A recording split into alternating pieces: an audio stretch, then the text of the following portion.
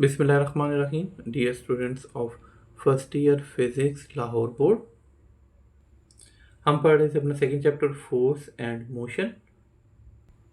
हमारा आज का टॉपिक है 2.9 in elastic collision in one dimension. इससे पहले जो है हमने इलास्टिक कोलिजन पढ़ा था, उसमें आपने देखा कि बाकायदा तौर पे हमने प्रूव किया था कि उनकी कैसे वेलोसिटीज चेंज होती हैं, मैस ज़्यादा हो मैस बड़ा हो, अगर v1 ज़ीरो है v2 ज़ीरो है, ठीक है, m1 छोटा है m1 बड़ा है, ये सारे पीछे हमने प्रॉपर्टी उसमें केसेस उसके स्टडी कर लिए थे। और वो जो था वो सारे का सारा इलास्टिक कोलिजन होता था। मॉलिक्यूल्स जो थे उनकी एनर्जी आहिस्ता आहिस्ता आहिस्ता जो है ना वो कम होती थी, यानी टकराने के बाद उनकी एनर्जी में चेंजिंग आ रही होती, तो ये जो होती थी ये इलास्टिक कोलिजन होती थी। लेकिन अगर इन इलास्टिक कोलिजन हो जाए, ठीक है, इन इलास्टिक कोलिजन कैसी कोलिजन है कि जिसमें जो एनर्जी है वो कंजर्व रहती है, ठीक है। अब वो इन वन डायमेंशन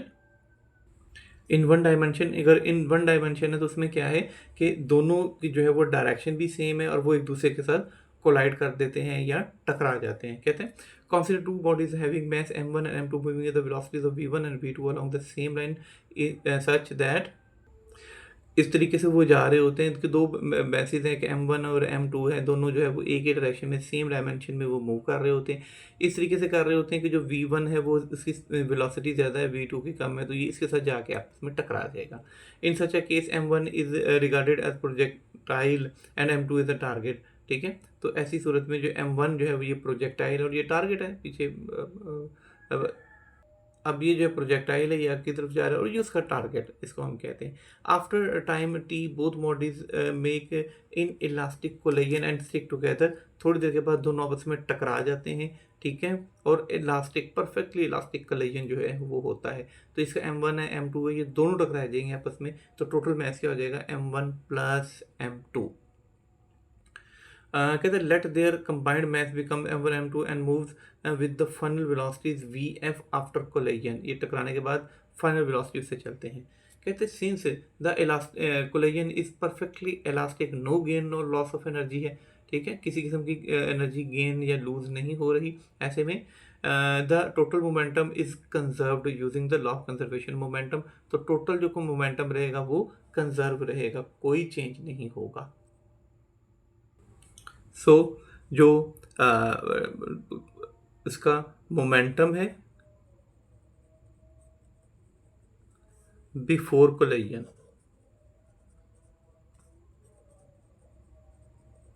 ठीक है, वो हो जाएगा m1 v1 plus m2 v2, ठीक है, एक टोटल कोलिजन होगा।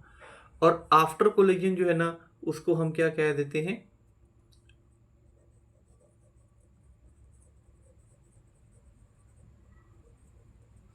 टकराने के बाद, ठीक है, वो हो जाएगा m1 v1 dash plus m2 v2 dash after collision.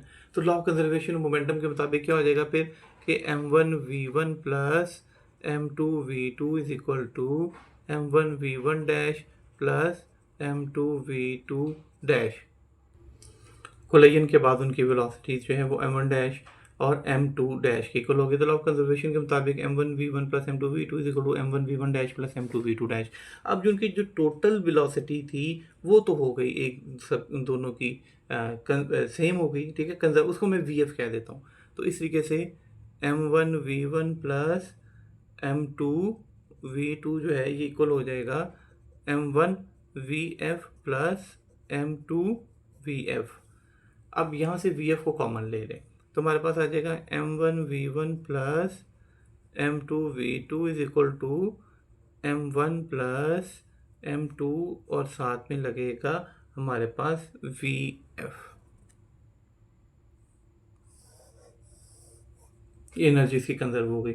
अब यहाँ से अगर मैंने vf की वैल्यू निकालनी है, यहाँ से vf की वैल्यू फाइंड आउट करनी है, तो हमारे पास vf की वैल्यू फिर क्या हो जाएगी, ये हमारे पास हो जाएगी m1 over m1 plus m2 v1 plus m2 over m1 plus m2 v2।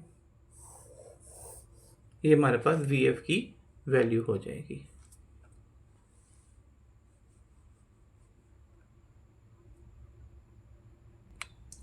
कहते हैं in special cases when target M2 is at rest तो V2 इज इक्वल टू 0।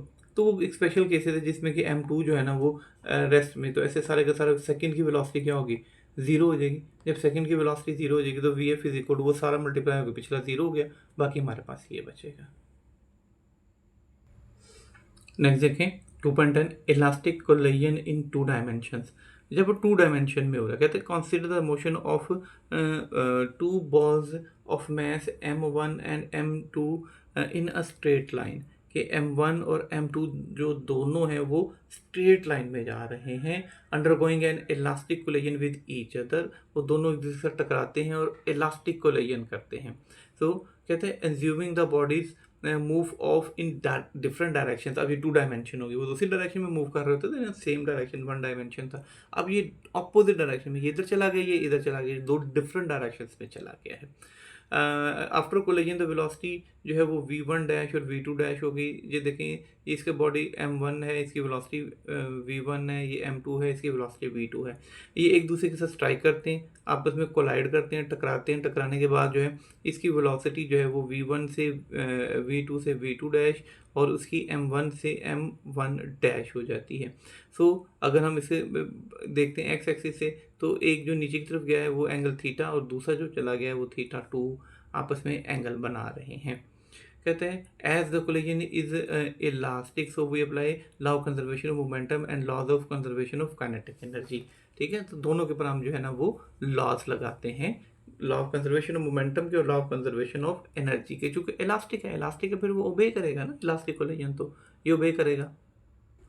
अब जो है मैं इसमें ये बिल्कुल देखें, ये M1 है, ये V1 है, ये आपस में जो है दोनों मूव कर रहे हैं। मूव करने के बाद इसकी मैस M2 है, वेलोसिटी V2 है, स्ट्राइक करते हैं तो एक जो है वो ऊपर चला जाता है और एक नीचे। ये जो एक्स एक्सिस का एंगल बना रहे हैं इसका जो है ना वो थीटा 1 हो जाएगा, इसका थीटा 2 हो जाएगा। सो मैं कहता हूँ momentum conservation along x axis.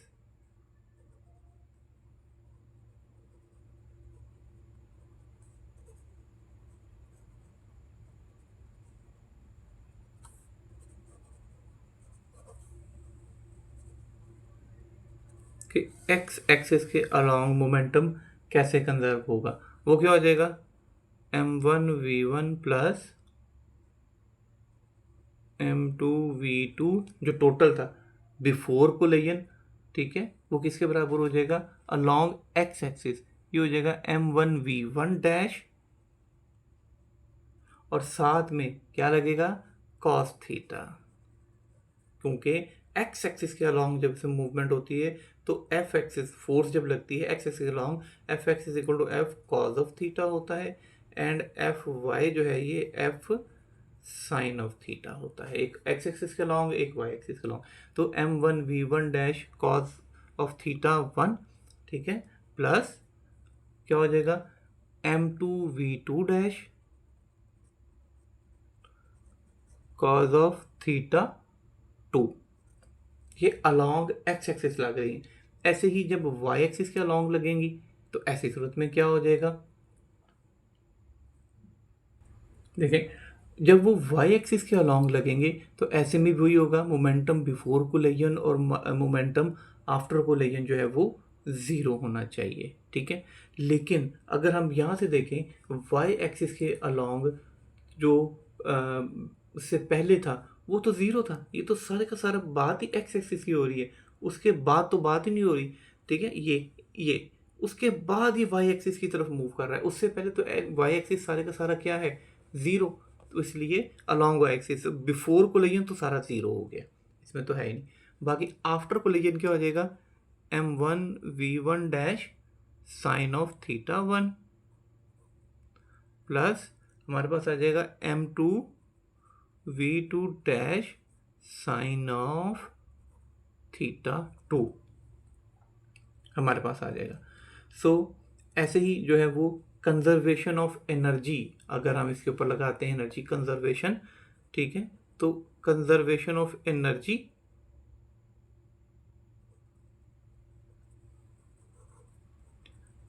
Conserve का मतलब सेम रहना, तो कंजर्वेशन ऑफ एनर्जी के मुताबिक इसमें क्या हो जाएगा, before and after collision total energy क्या रहेगी, सेम रहेगी। मतलब 1/2 m1 v1 का स्केयर प्लस 1/2 m2 v2 का स्केयर जो है ये काइनेटिक एनर्जी है कोलिजन से पहले।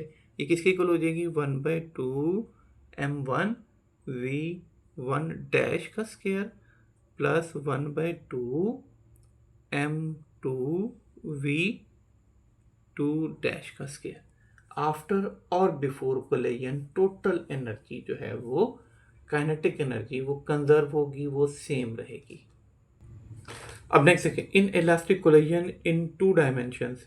अब अगर इन इलास्टिक कोलिजन जो है वो 2 डायमेंशंस में होती है तो देखिए, कहते हैं microscopic collisions are generally inelastic and do not conserve kinetic energy. जो मैक्रोस्कोपिक होते हैं, बड़े बड़े पैमानों पे जो इसमें होते हैं, वो इन इलास्टिक होती हैं और ऐसे में एनर्जी कंजर्व नहीं होती, एनर्जी लूज होती है उसमें, हीट, साउंड, किसी भी फॉर्म में। फॉर एग्जांपल अगर जा रहे हैं तो एक गाड़ी मूव कर रही है, गाड़ी जब मूव कर रही है तो उसके अंदर काइनेटिक एनर्जी है, जब वो किसी चीज़ के साथ जाके टकराती है तो रुक जाती है, हालांकि उसको चाहिए कि टकराए तो अगली जो है वो मूव करती रहे और नेक्स्ट बॉडी जो है वो भी मूव करती रहे, ठीक है, इन 1 डायमेंशन या 2 डायमेंशन जैसे भी मूव करेगी। लेकिन ये मैक्रोस्कोपिक और बड़े स्केल पे हो रही होती है, इसलिए इसमें एनर्जी जो है वो कंजर्व नहीं होती। The perfect inelastic collision is one in which the colliding objects stick together to make a single mass। जो कि एक परफेक्ट इलास्टिक कोलिजन क्या है कि जब दोनों बॉडीज टकराएं तो दोनों एक दूसरे के साथ जुड़ जाएं, स्टिक हो जाएं और एक सिंगल बड़ा मैस बना दें, ठीक है। अब कहते हैं let us 2 balls having message m1 and m2। 2 bodies हैं, एक का मैस m1 और m2 है, ये वेलोसिटी v1 और v2 से मूव कर रहा है। यहाँ जहाँ पे टकराती हैं तो जो दोनों टकरा के जो है ना वो इनका मैस इस तरह बड़ा हो जाता है, ठीक है। 2 डायमेंशन एक्स वाई प्लेन, ये देखें एक्स एक्सिस है, ये वाई एक्सिस है, इधर सीधा निकल गया, एक्स वाई प्लेन में ये चला गया है। कहते हैं both the bodies collide at origin, ठीक है, ये दोनों जो ओरिजिन है यहाँ पे टकराती हैं। After collision the body stick together having combined mass m। जब आपस में टकरा जाती हैं, टकराने के बाद उनका जो मैस है, इसका m1 है, इसका m2 है, दोनों मिलके जो है वो कैपिटल M बना देते हैं, which moves after velocity vf making angle phi, ठीक है। और ये x और y के साथ जो एंगल बनाता है वो फाई बनाता है। सो मोमेंटम इन x डायरेक्शन, जो x एक्सिस है उस डायरेक्शन में जो मोमेंटम होगा वो क्या हो जाएगा, m1 v1 plus m2 v2 cos theta, ठीक है। m1 v1 plus m2 v2 cos theta x axis के लॉन्ग क्या हो जाएगा, mvf cos ऑफ फाई, ठीक है। जो mvf इसका मैस दोनों का कंबाइन करके फाइनल वेलोसिटी y एक्सिस के अलॉन्ग देखें, ठीक है, y एक्सिस के अलॉन्ग देखें, इनिशियली तौर पे तो वो 0 होगा, ठीक है, शुरू में तो वो मूव नहीं कर रहे थे अलॉन्ग y एक्सिस, लेकिन यहाँ पे जाने के बाद वो y एक्सिस के अलॉन्ग आ गए, जिस वजह से ये क्या हो जाएगा, m2v2 sine of theta is equal to mvf sine of phi हो जाएगा, जो कि अभी बताया मैंने x एक्सिस के अलॉन्ग जो है वो थीटा और y एक्सिस के अलॉन्ग जो है वो फाई होता है। सिमिलरली कहते हैं काइनेटिक एनर्जी, कहते हैं since the kinetic energy of the colliding system is not conserved the loss of energy is consumed as follows. जो इनिशियल काइनेटिक एनर्जी हो जाएगी वो KEI, यानी कि इनिशियल काइनेटिक एनर्जी वो किसी बराबर हो जाएगी 1/2 m1v1 का स्केयर प्लस 1/2 m2v2 का स्केयर। कहते हैं फाइनल काइनेटिक एनर्जी क्या हो जाएगी, KEF फाइनल हो जाएगा 1/2 mvf का स्केयर, फाइनल काइनेटिक एनर्जी हो जाएगी। एनर्जी लॉस इन कोलिजन, ठीक है। अब एनर्जी जो है वो कोलिजन में जब लूज होती है इसको, तो चेंज इन एनर्जी हो जाएगा delta K E. Since the collision is inelastic there is no loss of kinetic energy represented by delta K E. ऐसे में किसी किस्म जो इलास्टिक में तो वो एनर्जी लूज करता है, ठीक है, वो कैसे फाइंड करेंगे, delta K E is equal to के जो है ना वो फाइनल माइनस इनिशियल हो जाती है, जो चेंज हो जाती होती है, लेकिन इसमें जो कि चेंज नहीं होती, लिहाजा नो लॉस ऑफ एनर्जी, ठीक है। This loss kinetic energy is transferred into the another form. दे शुरू में बता दिए कि जब वो, अभी मैंने बताया कि जब वो गाड़ी जो है वो हिट करेगी, ऐसी सूरत में आवाज़ आएगी, हीट एनर्जी, साउंड एनर्जी, इन चीज़ों में वो एनर्जी जो है वो ट्रांसफ़र हो जाती होती हैं। तो एनर्जी लूज जो है, जब सबसे ज़्यादा जो एनर्जी लूज करती है ना बॉडी, वो इन the form of heat energy और साउंड एनर्जी। इवन कि अगर आप एक पत्थर लेते हैं और वो भी आप एक दीवार पे फेंक देते हैं तो आपकी जो टोटल काइनेटिक एनर्जी, मसल्स की एनर्जी और ये जो सारी एनर्जी है वो दीवार उस पत्थर के साथ जो ट्रांसफ़र हुई हैं वो इक्वल हो जाएंगी। उनका जो टेम्परेचर चेंज होगा टकराने के बाद, फ्रिक्शन के बाद, तो वो भी एनर्जी बीच में इसमें कन्वर्ट होती है। देखिए कहते हैं some examples of an isolated collision.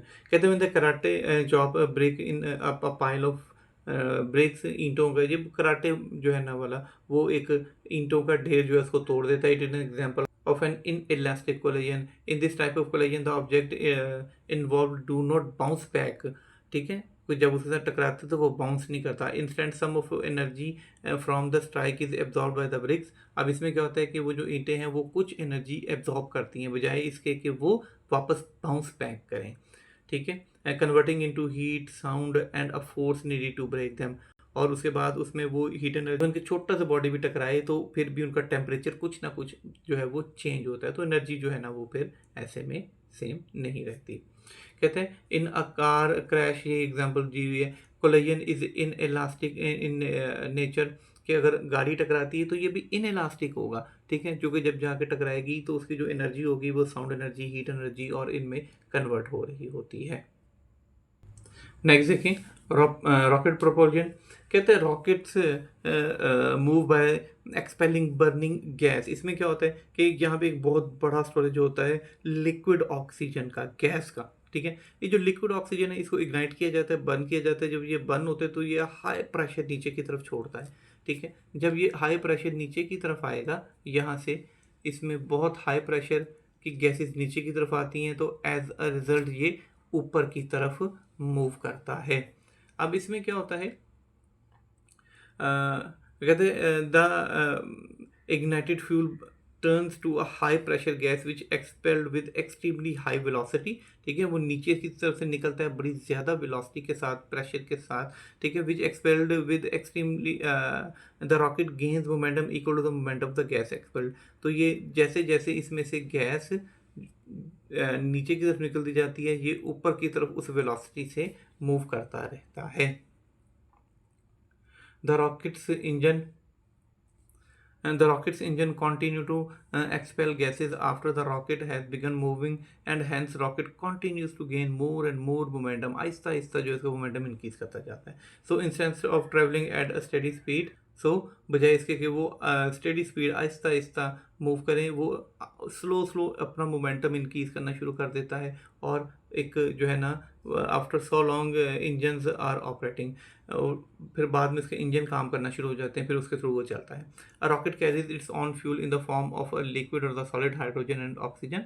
ठीक है, वो लिक्विड ऑक्सीजन नॉर्मल तौर पर जो है ना इसके अंदर एज अ फ्यूल यूज़ की जाती है। It can therefore work at a great heights where very little or no air is present. इसलिए वहाँ पे भी चल सकता है, काम कर सकता है जहाँ पे बिल्कुल भी हवा मौजूद नहीं होगी। In order to provide enough thrust to overcome gravity, a typical rocket consumes about 10,000 kilograms of fuel, और इतनी उसकी जो है वो स्पीड होती है, वेलोसिटी होती है। कहते हैं when the rocket has done it's job it is discarded living over others to carry the spacecraft further up even greater speed। कहते हैं if m is the mass of the gas ejected per second, जो यहाँ से gas निकल रही है उसका जो मैस है वो m है, एंड v वेलोसिटी है रॉकेट की, ऐसी में इसका जो एक्सेलरेशन है वो क्या हो जाएगा AMV over capital M, where m जो कैपिटल है वो क्या है और रॉकेट का मैस है, और फ्यूल जो हो जाएगा वो उसका स्मॉल m हो जाएगा, और वेलोसिटी जो हो जाएगी वो v से जो है वो डिनोट करते हैं। The mass m of the rocket decreases and hence the acceleration increases. इसमें क्या होता है कि ये जो है आहिस्ता आहिस्ता अपने जो पार्ट्स यूज़ अप करता है उनको ड्रॉप करता जाता है। ये वाली अगर इस पोर्शन जहाँ पे लिक्विड ऑक्सीजन थी, ये जब ये यूज़ अप कर देता है इसको ड्रॉप कर देता है। उसके थोड़ी देर के बाद जब ये वाला पोर्शन इसका सारा यूज़ अप हो जाती है तो उसको भी ड्रॉप कर देता है। ये ऐसी सूरत में इसका जो मैस है वो कम होता जाता है, और जब मैस कम होता जाएगा तो एक्सेलरेशन इंक्रीज होती जाएगी, तो स्लो स्लो ये बड़ी तेज़ स्पीड जो है इसकी होती जाती है, बाद में अपने इंजन पे रन करना शुरू कर देता है। हमारा आज का लेक्चर यहीं तक था। इंशाल्लाह ताला नेक्स्ट लेक्चर में हम इस चैप्टर के न्यूमेरिकल्स करेंगे। Thanks for watching.